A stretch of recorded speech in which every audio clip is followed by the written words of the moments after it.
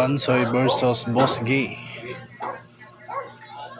Ang pustahan ni 10,500. So tira si Bansoy karon.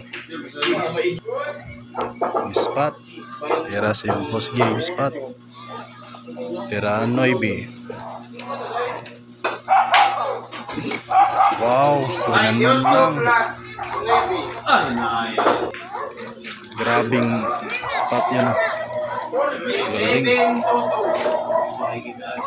Tira G's. Wow, galing. Ganun lang. Tira 11 na. Last na si Boss G. Tibay na bakiting nito ni Boss G. Yun. Pasok. Isa na lang. Tira 12. Last ball. Sabi ni Carlo Biado, pasukin na yung last ball. Kasi pambigas na yun. Winner Boss G. Ang legend si ano yun daw?